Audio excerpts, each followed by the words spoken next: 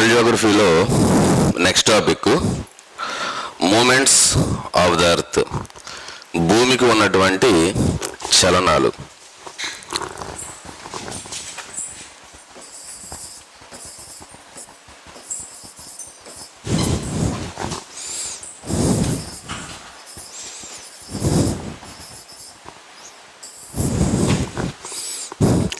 ఇక్కడ భూమి చలనాలు, భూమికి రెండు రకాలైనటువంటి చలనాలు ఉంటాయి.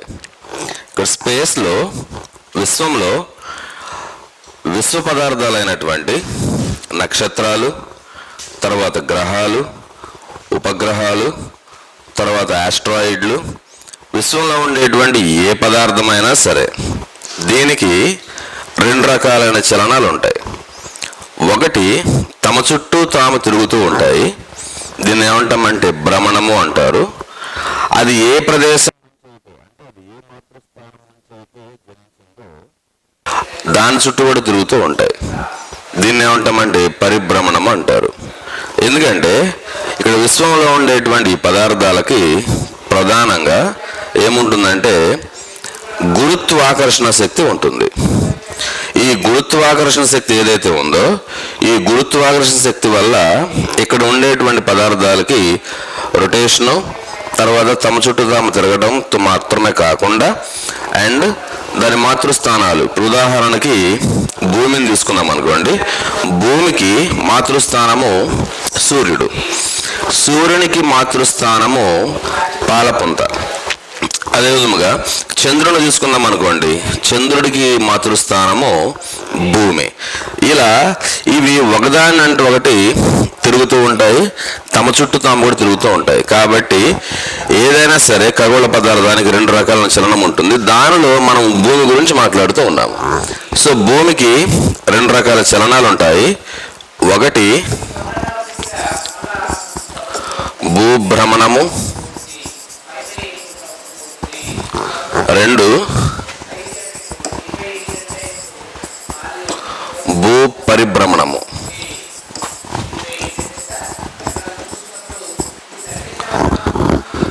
భూభ్రమణము, భూ పరిభ్రమణము. ఇలా మనకి రెండు రకాలైన చలనాలు మనకి భూమికి ఉంటాయని చెప్పి మనం చెప్పుకోవచ్చు. ఇప్పుడు కనుక మనం భూమిని తీసుకున్నట్లయితే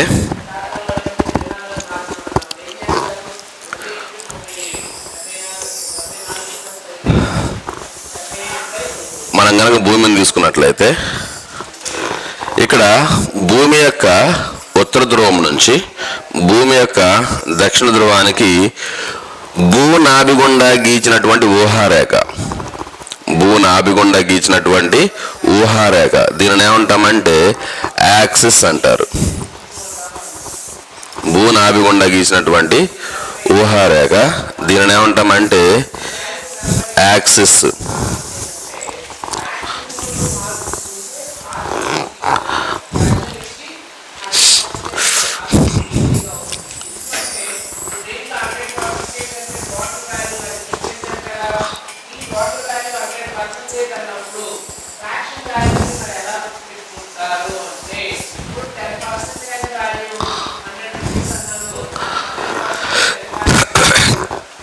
ఇక్కడ ఇది ఉత్తర ధ్రువము,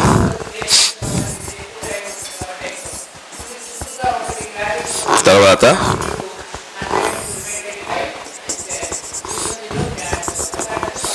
దక్షిణ ధ్రువము.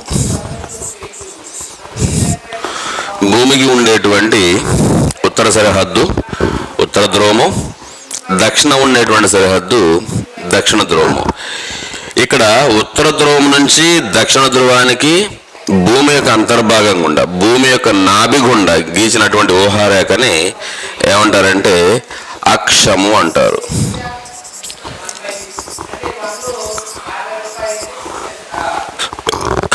దీనిని అక్షము అంటారు. భూనాభి గుండా గీచినటువంటి ఊహారేఖని అక్షము అంటారు. ఇది తూర్పుకు 23.5 డిగ్రీలు వాలి ఉంటుంది. తూర్పుకు 23.5 డిగ్రీలు ఇలా వాలి ఉంటుంది. ఇలా వాలి ఉండటం వల్ల ఏమవుతుంది, మనకి భూమి అనేటువంటిది ఇలా మనకి స్ట్రైట్గా కనిపించదు. ఎందుకంటే మనం చిన్నప్పటి నుంచి వివిధ సందర్భాల్లో గ్లోబులు చూసే ఉంటాం. అంటే భూమికి నమూనా గ్లోబే కదా. ఈ ఎర్త్కి మోడల్గా మనకి గ్లోబ్ ఉన్నప్పుడు గ్లోబు ఇలా ఉండదు. ఎలా ఉంటుంది? ఇలా తూర్పుకు బెండ్ అయి ఉంటుంది. అంటే తూర్పుకు బెండ్ అయి ఉంటుంది. ఇది దీని సహజ లక్షణం. ఇది ఈ తూర్పు బెండ్ అయినటువంటి ఈ యొక్క భూమి, దీని యొక్క భ్రమణం అనేటువంటిది పశ్చిమం నుంచి తూర్పుకు ఉంటుంది. పశ్చిమం నుంచి తూర్పుకి అంటే ఇలా తిరుగుతూ ఉంటుంది. యాంటీ క్లాక్ వైజ్లో తిరుగుతూ ఉంటుందని చెప్పుకోవచ్చు. సో అలా యాంటీ క్లాక్ వైజ్లో పడమర నుంచి తూర్పుకి భూమి ఉంటుంది. ఉత్తర దక్షిణ ధ్రువాలు అంటే ఉత్తర బిందువు దక్షిణ బిందువులు స్థిరంగా ఉంటాయి. అవి స్థిరంగా ఉంటాయి. భూమి పశ్చిమం నుంచి తూర్పుకి ఇది భ్రమిస్తూ ఉంటుందని చెప్పుకోవచ్చు. ఇలా భ్రమించేటప్పుడు జరిగేటువంటి సందర్భాలు ఏంటి అంటే ఎలాంటి ముఖ్యమైనటువంటి సందర్భాలు ఇక్కడ ఏర్పడుతూ ఉంటాయి అని మనం గమనించినట్లయితే ఇక్కడ చూడండి, భూమి భ్రమణము. భూభ్రమణం అంటే ఏంటి? భూమి తన చుట్టూ తాను తిరగడం. భూమి తన చుట్టూ తాను తిరుగుతుంది. భూమి ఏ వైపు నుంచి తిరుగుతుంది? భూమి భ్రమణ దిశ ఎలా ఉంటుందంటే పశ్చిమం నుంచి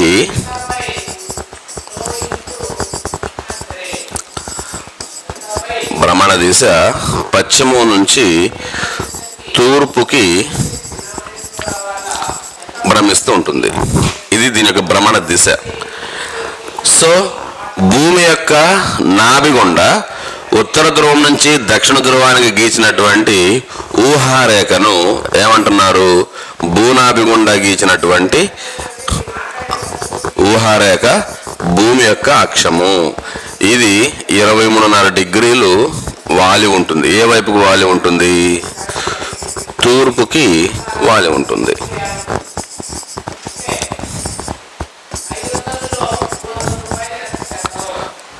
తూర్పుకు వాలి ఉంటుంది. ఇలా ఇది భ్రమించడం వల్ల ఏర్పడేటువంటి పరిణామాలు ఏంటి అని కదా మనం గమనించాలి. ఇక్కడ భూభ్రమణ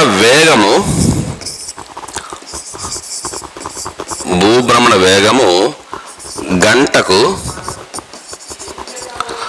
1610 కిలోమీటర్ల వేగంతో భ్రమిస్తూ ఉంటుంది.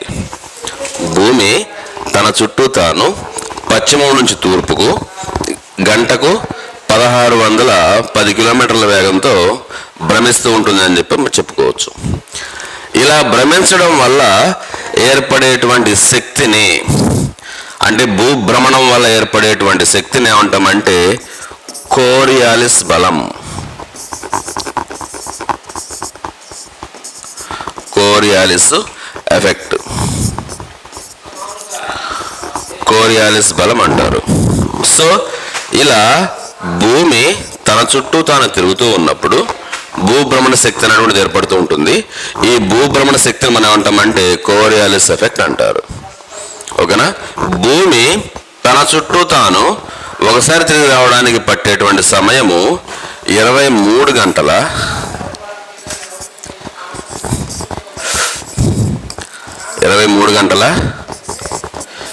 56 నిమిషాల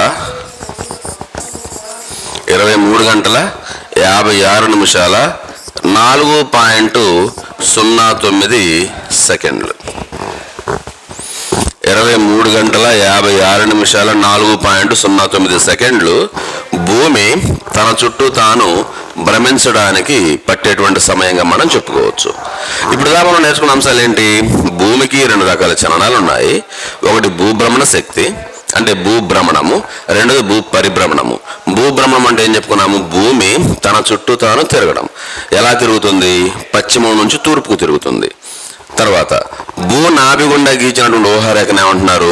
అక్షము అంటున్నారు. ఈ అక్షము ఏ వైపుకు వాలి ఉంది? 23.5 డిగ్రీలు తూర్పుకు వాలి ఉంది. అందుకనే ప్రపంచంలో ఉండేటువంటి పశ్చిమాన ఉండే ప్రాంతాలన్నీ కూడా ఎత్తుగా ఉంటాయి, తూర్పున ఉండే ప్రాంతాలన్నీ కూడా దిగువకు ఉంటాయి. అందుకనే పశ్చిమాన ఉండేటువంటి ప్రాంతాలు అనేటువంటివి బాగా ఎత్తుగా ఉన్నప్పటికీ అక్కడ ఉన్నటువంటి వర్షం నమోదయ్యే ప్రాంతాలలో నుంచి నీటి ప్రవాహాలు తూర్పుకు ప్రవహించి తూర్పున ఉండేటువంటి సముద్రాల్లో కలిసిపోతూ ఉంటాయి. ఈ నీటి ప్రవాహాలను మనం ఏమంటామంటే సాధారణంగా నదీ వ్యవస్థలు అంటామని చెప్పుకోవచ్చు. అంటే ప్రపంచంలో ఉండేటువంటి నదులన్నీ కూడా సాధారణంగా ఎలా ప్రయాణం చేస్తూ ఉంటాయి?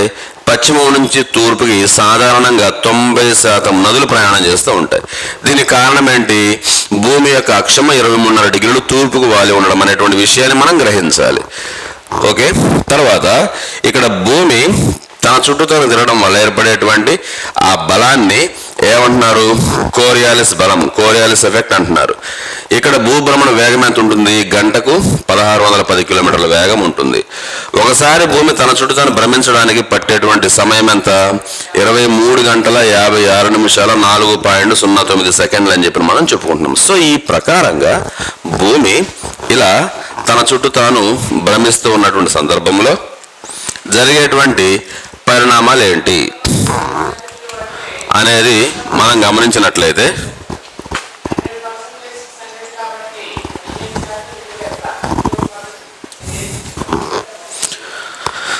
సో భూమి ఇలా తిరగడం వల్ల ఏర్పడే ఫలితాలు ఏంటి అంటే భూభ్రమణ ఫలితాలు.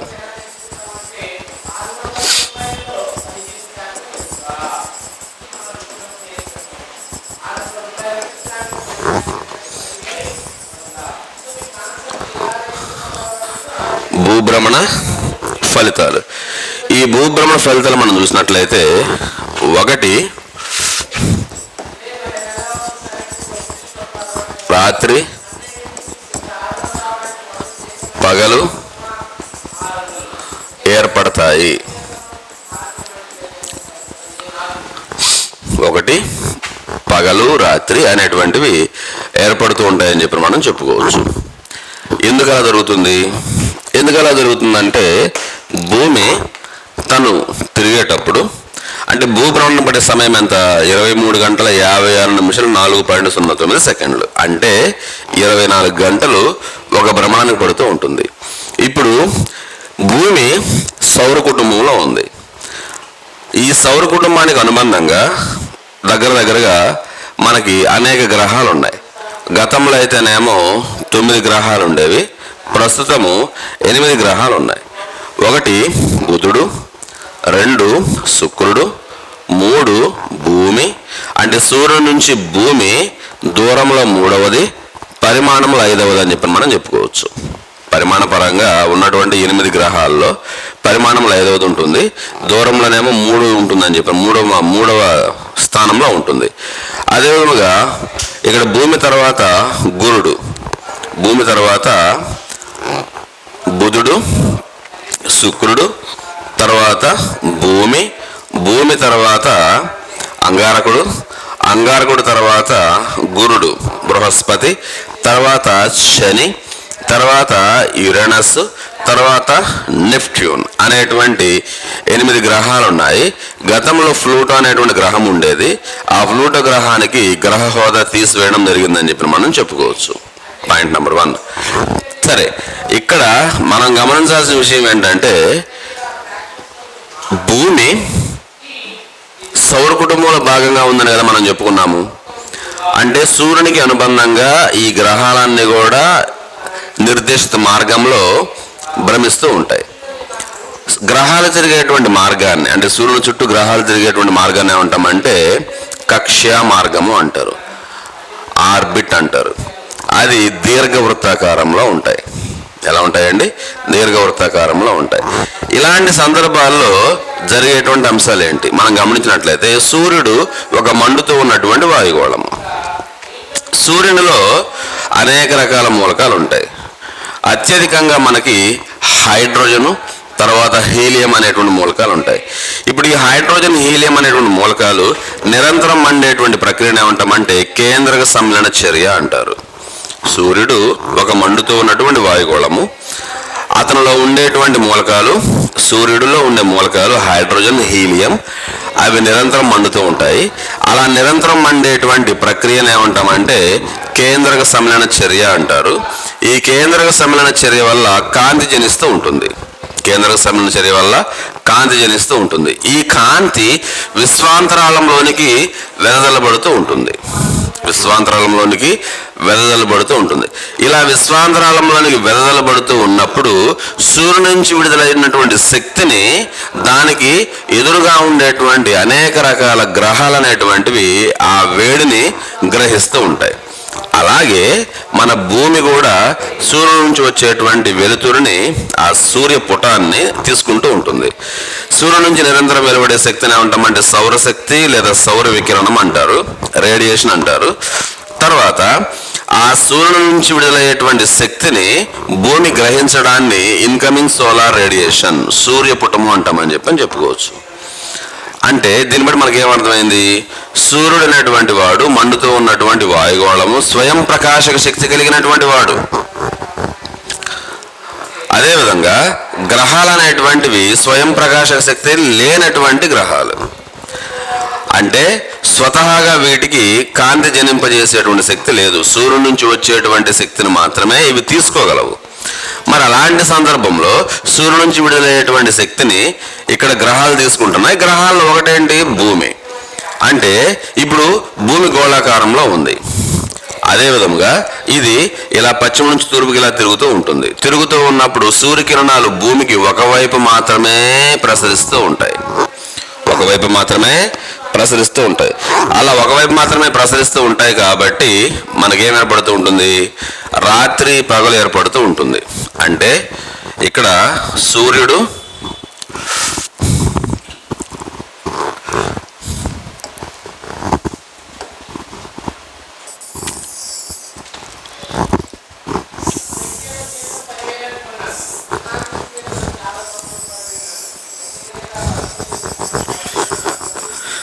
సూర్యుడు ఒక మండుతూ ఉన్నటువంటి వాయుగోళము.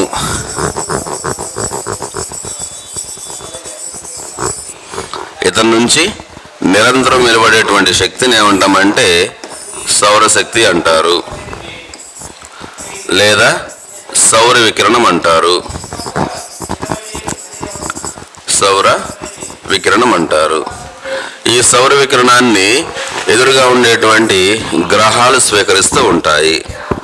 ఎదురుగా ఉండేటువంటి గ్రహాలు ఎప్పుడైతే అవి స్వీకరిస్తాయో అప్పుడు ఆటోమేటిక్గా ఇక్కడ ఇది భూమధ్య రేఖ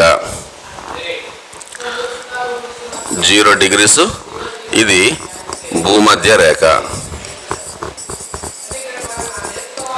23.5 degrees కర్కట రేఖ,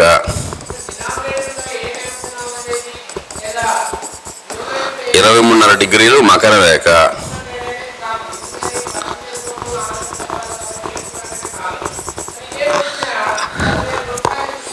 44.5 degrees సమశీతోష్ణ రేఖ,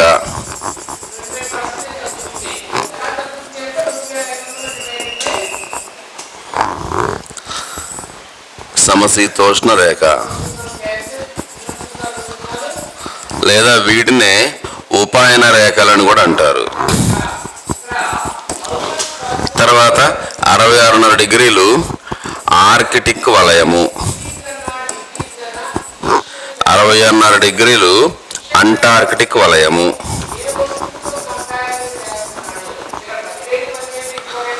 తర్వాత 90 degrees ఉత్తర ధ్రువము, 90 degrees దక్షిణ ధ్రువము. ఇప్పుడు సూర్యుడి నుంచి విడుదలయ్యేటువంటి శక్తి మనం అబ్జర్వ్ చేసినట్లయితే ఇలా ప్రయాణం చేస్తూ ఉంటుంది.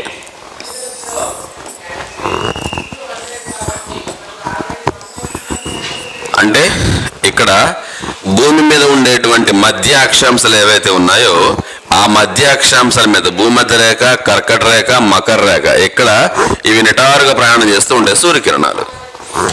అదే ఆయన రేఖలు అంటే ట్రాపిక్స్, కర్కట రేఖ, మకర రేఖలు ఏమంటామంటే అయన రేఖలు, అయనాలు అని పిలుస్తూ ఉంటారు. ఇక్కడ అయన రేఖలు, తర్వాత ఉపాయన రేఖలు, ఇట్లాంటివి ఏవైతే ఉన్నాయో ఇవి మనకి మారే కొలది ఏమవుతూ ఉంటుంది? ఇంటెన్సిటీ ఆఫ్ టెంపరేచర్ తగ్గిపోతూ ఉంటుంది. అంటే సరే అది తగ్గినా పెరిగినా మనకు సంబంధం లేదు. ఎందుకంటే ఇక్కడ మనకి ఈ ఇమేజ్లో ఈ సూర్యకిరణాలు ప్రసరించే కోణాన్ని ఆధారంగా చేసుకొని భూగోళం అంతా కూడా వేడిని ఆవరించి ఉంటుందనేటువంటి విషయాన్ని మనం గ్రహించగలుగుతున్నాము. ఇక్కడ ఏమంటున్నాము, ఈ 90 డిగ్రీలు ఏవైతే ఉన్నాయో ఈ 90 డిగ్రీలను బేస్ చేసుకొని మనం ఏం చేస్తూ ఉంటాం, సాధారణంగా ఇదిగో భూనాభి గుండా మనం ఒక ఊహారేఖ గీసాం కదా, భూనాభి గుండా ఒక ఊహారేఖ గీసాము. అంటే సూర్యకిరణాలు ఈ వైపు ప్రసారం అవుతూ ఉన్నాయి కాబట్టి ఇటంతా మనకి ఏముంటుందంటే పగలుంటుందని చెప్పని చెప్పుకోవచ్చు. అంటే ఈ సగర్ధ భాగం అంతా కూడా మనకి ఏముంటుంది, డే టైం ఉంటుంది, పగలు. దీనికి ఆపోజిట్లో ఉండేటువంటి ఈ భాగం అంతా ఏముంటుంది, నైట్, రాత్రి కాలం ఉంటుందని చెప్పని చెప్పుకోవచ్చు. భూమికి ఏ వైపు అయితే సూర్యకిరణాలు తగులుతూ ఉంటాయో, ఏ వైపు అయితే సూర్యుని యొక్క ఉపరితలాలు అంటే భూమి యొక్క ఉపరితలాలు సూర్యుని నుంచి ఆ శక్తిని గ్రహిస్తూ ఉంటాయో ఆ ప్రాంతం అంతా కూడా మనకి పగటి కాలంలో ఉంటుంది. దానికి వ్యతిరేక దిశలో ఉండేటువంటి భాగం అంతా ఎలా ఉంటుందంటే రాత్రి కాలంలో ఉంటుందని చెప్పి మనం చెప్పుకోవచ్చు. అంటే ఇక్కడ భూమి తన చుట్టూ తాను తిరగడానికి 24 గంటల సమయం తీసుకుంటుంది కాబట్టి పగలు 12 గంటలు, రాత్రి 12 గంటలు అనేటువంటిది మనకి ఏర్పడుతూ ఉంటుంది. ఇలా ఎందుకు ఏర్పడుతూ ఉంటుంది, బికాజ్ ఆఫ్ భూభ్రమణం. భూమి తన చుట్టూ తాను తిరుగుతూ ఉంటుంది కాబట్టి సూర్యకిరణాలు తగిలేటువంటి ప్రాంతం అంతా కూడా పగలుంటుంది, దానికి వ్యతిరేక దిశలో ఉండేటువంటిది రాత్రి ఉంటుందని చెప్పి మనం చెప్పుకోవచ్చు. తిరిగి మళ్ళా అవతల వైపు భాగము 12 గంటల కాలంలో తిరిగి మళ్ళీ సూర్యుని యొక్క ఉపరితలం వైపు వస్తుంది కాబట్టి అప్పుడేమవుతుంది, అది పగటి కాలంలోకి వస్తుంది. అప్పటి వరకు పగలు ఉన్నటువంటి మిగతా భాగం ఏమవుతుంది, సెకండ్ హాఫ్ అంతా కూడా రాత్రిలోకి వెళ్ళిపోతూ ఉంటుందని చెప్పని చెప్పుకోవచ్చు. ఇప్పుడు మనం పగటి కాలంలో ఉన్నాం. మనకి వ్యతిరేక దిశలో ఉండేటువంటి అమెరికా లాంటి ప్రాంతాలు రాత్రి కాలంలో ఉంటాయి. తర్వాత మనం ఎప్పుడైతే సాయంత్రం అయిపోయిన తర్వాత మనం నైట్లోకి వెళ్ళిపోతామో అప్పుడు అమెరికా లాంటి ప్రాంతాలు ఏమవుతాయి, పగటి కాలంలోకి వస్తాయని చెప్పి మనం గ్రహించవచ్చు. సో ఈ ప్రకారంగా ఏంటంటే పగలు రాత్రి అనేటువంటివి మనకి ఏర్పడుతూ ఉంటాయని చెప్పి మనం గ్రహించవచ్చు. సో భూభ్రమణ ఫలితాలు నెంబర్ 1 ఏంటి, 1 పగలు మరియు రాత్రి ఏర్పడుతూ ఉంటాయి. రెండవది పవనాలు ఏర్పడుతూ ఉంటాయి.